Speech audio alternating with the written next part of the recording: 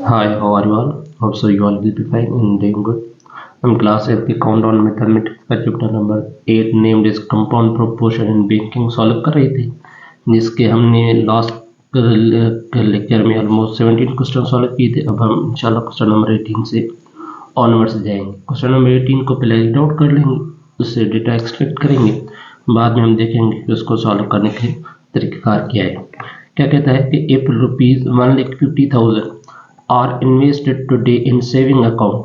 क्या कहता है कि अगर हम रुपीज़ 1,50,000 को क्या कर दें, किसी भी बैंक में जमा कर दें सेविंग अकाउंट में, यानी कि क्या फिक्स डिपॉजिट में, how much money would there be in account after 5 years। Time हमारे पास कितना आ रहा है, 5 years। If the compound interest rate is 6%, हमारे पास कंपाउंड इंटरेस्ट रेट क्या है, 6% है सिंपली। अब हम देखते हैं कि जो हमने हमारे तकरीबन क्वेश्चन नंबर 11 से क्वेश्चन नंबर 17 तक जो क्वेश्चंस थे, मोस्ट जो थे वो ट्रिकी क्वेश्चंस थे, जिसमें जो है इंसान का जो माइंड को बड़े अच्छे तरीके से उसको यूज़ करना पड़ेगा। अब क्वेश्चन नंबर 18, 19 और 20 क्या है, बिल्कुल ही ईजी और simple, with in 2 to 3 steps में कंप्लीट होने वाले क्वेश्चन है हमारे पास। देखिए, हम सबसे पहले क्वेश्चन नंबर 18 के डेटा निकाल लेंगे। क्या कहता है कि if rupees 1,50,000 are invested today in saving account, कि यानी कि जो भी अमाउंट हम बैंक में रखें और इस अमाउंट के ऊपर हमें पैसा मनी जो है इंक्रीज होकर मिले, उस अमाउंट को क्या कहते हैं, हम हमेशा प्रिंसिपल अमाउंट कहते हैं। ये क्या हो गया, हमारा प्रिंसिपल अमाउंट हो गया सिंपली। क्या कहता है कि invested today in saving account, how much money would there be in account, यानी कि क्या कहता है कि हमारा कितना अमाउंट क्या हो बनेगा आफ्टर 5 years। 5 years क्या है हमारे पास, सिंपली टाइम है। If the compound interest rate is 6%, यानी कि रेट ऑफ इंटरेस्ट क्या है हमारे पास, सिंपली 6% है। अब क्वेश्चन क्या हो गया हमारा, यहाँ पे क्लियर हो गया।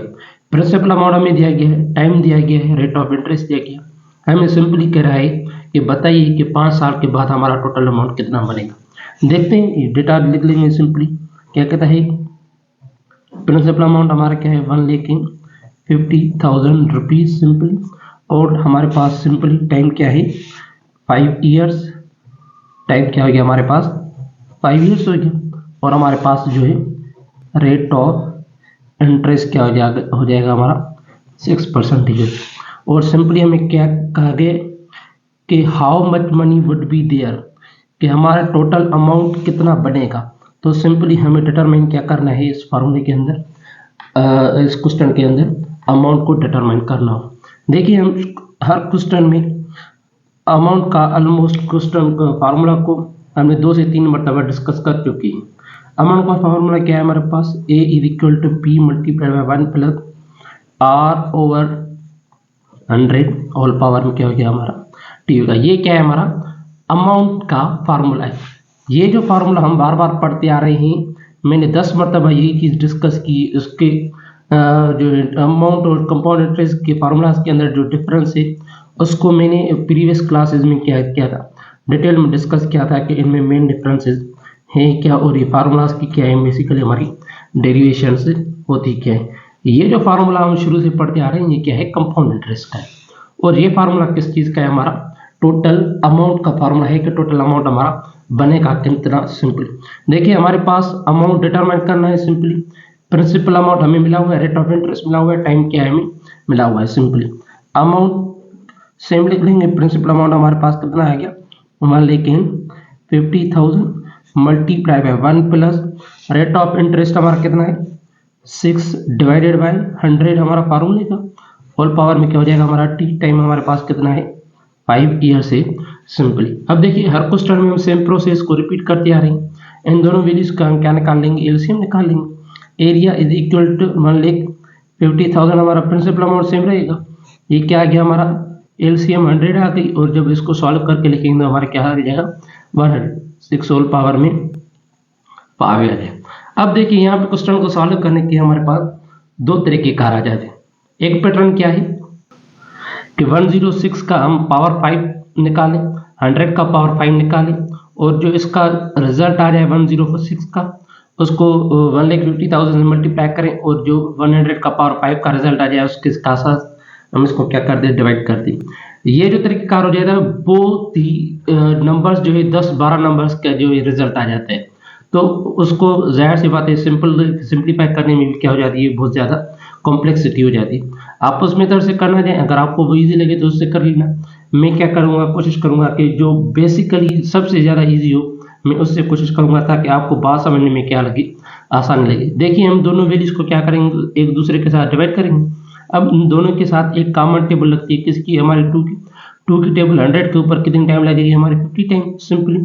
और 2 की टेबल 106 के ऊपर कितनी टाइम लगेगी, 53 टाइम्स लगेगी। ये से हमारा क्या आ गया, रिजल्ट आ गया। हम इसको दोबारा यहाँ पे लिख देते हैं। मान लें 50,000 सिंपली हम लिख लेंगे, multiplied by 53 divided by 50 whole power में क्या हो गया, हमारा 5 हो गया। अब क्या निकालेंगे, 53 का पावर 5 निकाल लेंगे और 50 का क्या निकाल लेंगे, हम पावर 5 निकाल लेंगे।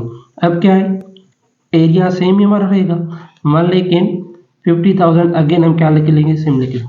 अब 53 का जो है पावर 5 निकालने का तरीका क्या है, 53 multiplied by 53 multiplied by 53 multiplied by 53 multiplied by 53, यानी कि 53 को हम क्या कर देंगे, 5 मरतबा उसके साथ ही मल्टीप्लाई कर देंगे। अब जब हम 5 मरतबा 53 को मल्टीप्लाई करेंगे अपने साथ ही, तो हमारे पास रिजल्ट क्या आ जाता है, 418195493 डिवाइडेड बाय सिंपली क्या आ जाएगा, हमारा 50 का सेम तरीके से क्या निकालेंगे, हम इसको पावर 5 निकालेंगे। 50 multiplied by 50 multiplied by 50 multiplied by 50 multiplied by क्या आ जाएगा, हमारा 50 आ जाएगा। अब जब हम इसको 5 मरतबा 50 को मल्टीप्लाई करेंगे तो हमारे पास रिजल्ट क्या आ जाता है, 31250000 और 0। अब जब हम इसको इन वैल्यूज को मल्टीप्लाई करेंगे तो हमारे पास डेफिनेटली क्या रिजल्ट्स आएंगे, यही रिजल्ट्स आएंगे हमारे पास। कॉमन सेंस की बात है, मल्टीप्लिकेशन के नतीजे। अब हम सिंप्लीफाई करेंगे, ये जो हमारे पास 4 जीरोज हैं, इसके 4 जीरोज के साथ क्या हो जाएंगे, हमारे कैंसिल आउट हो जाएंगे। अब सिंपली हम क्या करेंगे, ये जो वैल्यू है 418195493 को डिवाइड कर देंगे किसके साथ, 31250 के साथ सिंपली। अब हम जब इन दोनों वैल्यूज को क्या करेंगे, डिवाइड करेंगे, तो हमारे पास रिजल्ट क्या आ जाएगा, देखिए हमारे 4 जीरोज कैंसिल आउट हो गए, 15 रिमेनिंग हमारा आ गया।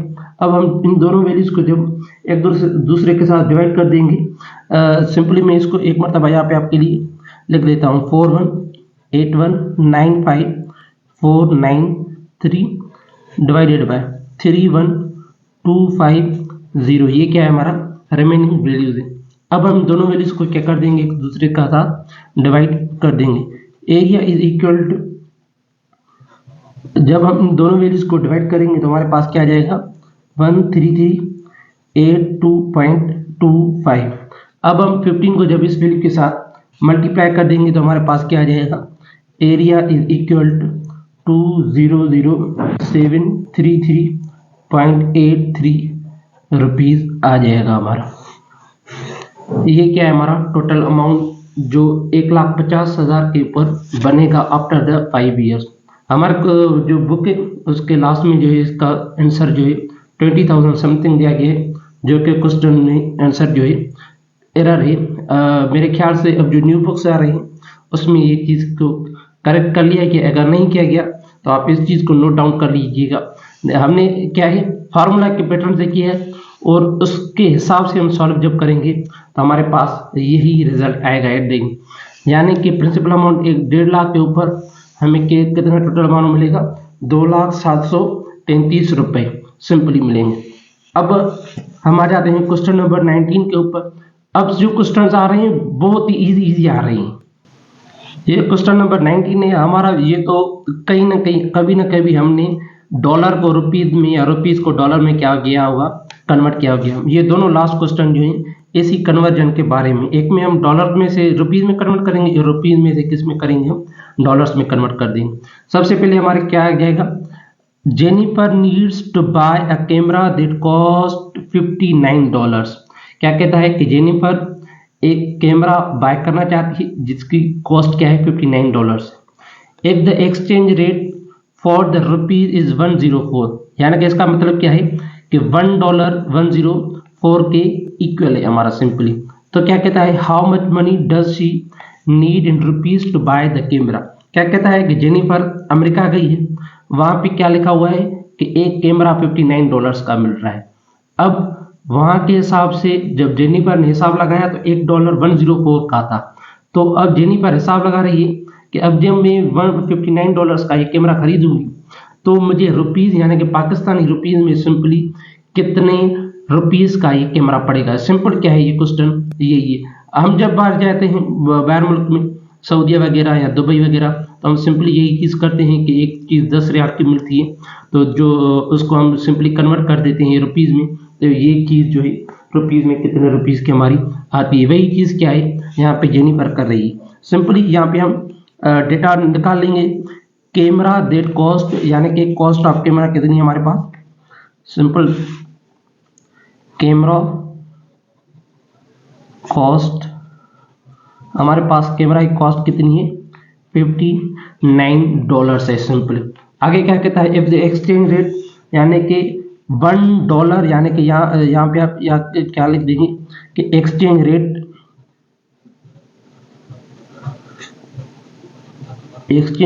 फॉर $1 हमारे पास कितना है 104 रुपीज है सिंपल। अब क्या कहता है कि हमें सिंपली बताना क्या है कि $59 रुपीज में कितने हमारे बनते हैं। सिंपली हम क्या करेंगे, जेनिफर को कितने अमाउंट की जरूरत है इन रुपीज, या सिंपली हम क्या करते हैं कि जेनिफर अगर ये $59 का कैमरा खरीदेगी तो उसके रुपीज में कितने अमाउंट हमारा टोटल लगेगा। सिंपली हम क्या कर देंगे, $59 को मल्टीप्लाई कर देंगे, $1 की प्राइस है तो हमारे पास क्या आ जाएगी $59 की प्राइस आ जाएगी। सिंपली देखिए सेम तरीके से जब हम एक्स बाय करने जाते हैं तो एक जो है हमें 30 रुपीज़ का मिलता है, तो सेम तरीके से हमें अगर 12x बाय करने होंगे तो उसकी प्राइस निकालने के लिए हम क्या कर देते हैं, वैल्यूज को एक दूसरे के साथ मल्टीप्लाई कर देते हैं। सेम तरीके से यहाँ पे हम क्या कर देंगे, $1 की जो रकम है उसको क्या कर देंगे 104 से मल्टीप्लाई कर देंगे। अब हमें $59 चाहिए तो $59 को मल्टीप्लाई कर देंगे किसके साथ, 104 के साथ, यानी कि 59 जो डॉलर से उसकी जो रकम कितनी बनेगी 6136 रुपीज क्या है जेनिफर को चाहिए रुपीज में वही कैमरा को बाय करने के लिए। अब आ जाते हैं, देखिए ये क्वेश्चन एक में हम डॉलर में से रुपीज में किया, अब जो क्वेश्चन नेक्स्ट है उसमें से हम क्या करेंगे रुपीज में से डॉलर में कन्वर्ट कर देंगे। ये जो है लास्ट मोस्ट इंपॉर्टेंट क्वेश्चन है, जब भी हम out of the country travel करते हैं हम डॉलर में से रुपीज में या हमें रियाल में से रुपीज में या रुपीज में से रियाल में बार बार क्वेश्चन जो वैल्यूज को कन्वर्ट करने की हमें जरूरत पड़ती है। अब देखते हैं क्वेश्चन नंबर 20 क्या कहता है कि Akram arrives in United States with 2 lakh rupees. Akram United States में 2 लाख रुपीज के साथ पहुंचा वहां पे। The conversion rate is $107 rupees. अब क्या कहता है कि जब अकरम 2 लाख लेके यूएस में पहुंचा तो उस वक्त $1 की रकम क्या थी हमारी 107 रुपए थी। अब क्या कहते हैं कि अकरम ने क्या किया, Akram converts half his money into US dollar. Akram ने क्या किया 2 लाख में से आधे पैसे निकाले और उसको डॉलर्स में क्या कर दिया कन्वर्ट करवा दिया। अब क्या किया नेक्स्ट डे क्या हुआ, द नेक्स्ट डे फिर अकरम क्या आ गया एक्सचेंज मनी के पास आ गया। The next day the conversion rate is $1 is equal to 106, यानी कि क्या हो गया पहले $1 107 रुपए का था, दूसरे दिन वही डॉलर क्या हो गया सस्ता होके 106 रुपए का गया। अब क्या करेगा Akram, Akram convert the rest of his money into dollars. How many dollars does he have in total. अब क्या गया, जब पहला जो 2 लाख रुपए थे उसको उसने 107 रुपए जो है हाफ ऑफ द मनी को 107 के हिसाब से कन्वर्ट करवा दिया, फिर जो उसके पास जो रिमेनिंग मनी थे उसको 106 के साथ कन्वर्ट कर दिया। Let me write down the data for question number 20। Question number 20 की डेटा हमारे पास सिंपली क्या जाती है, क्या कहता है कि Akram arrived in United States with 2 lakh rupees, यानी कि अकरम के पास टोटल कितनी अमाउंट थी। सिंपली क्या कहेंगे हम, Akram have how much money 2 lakh rupees Akram have. अब क्या कहता है कि अकरम ने जो है कन्वर्जन रेट इज $107, यानी कि conversion rate for the dollar, यानी कि फर्स्ट एक्सचेंज रेट क्या है हमारे पास, सिंपली फर्स्ट एक्सचेंज